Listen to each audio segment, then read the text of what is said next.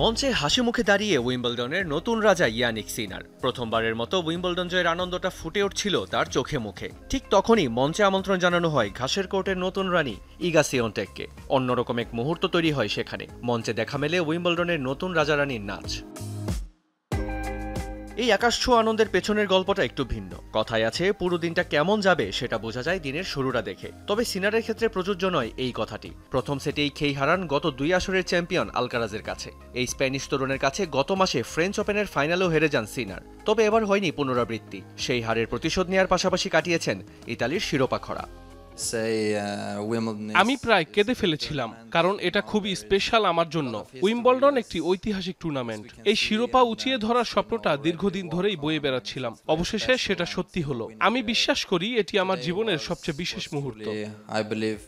এরপরই দৃশ্যপটে ইগা সিওনটেক। প্রতিটি ক্যামেরার স্পটলাইটে এই নতুন রানী। মুখের হাসিটাই বলে দিচ্ছে সকল অনুভূতির কথা, কারণ সিওনটেক নিজেও এমন একপেশে ফাইনালের কথা ভাবেননি। সেন্টার কোর্টের শিরোপা নির্ধারণী ম্যাচে মাত্র 57 মিনিটেই উড়িয়ে দিয়েছেন আমান্ডা আনিসিমোভাকে।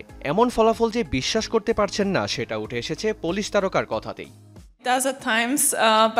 আমি কখনো উইম্বলডন জেতার স্বপ্নও দেখিনি। ক্যারিয়ারের বেশিরভাগ সময় আমাকে ক্লে কোর্ট স্পেশালিস্ট বলা হতো, তাই উইম্বলডন জেতা আমার জন্য কিছুটা অবাক করার মতো। তাই আমি অবশ্যই পরবর্তী দিনগুলো উপভোগ করে উদযাপন করে কাটাবো।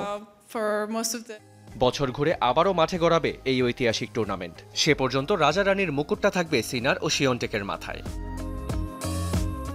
রিয়ান রাফতি, যমুনা স্পোর্টস।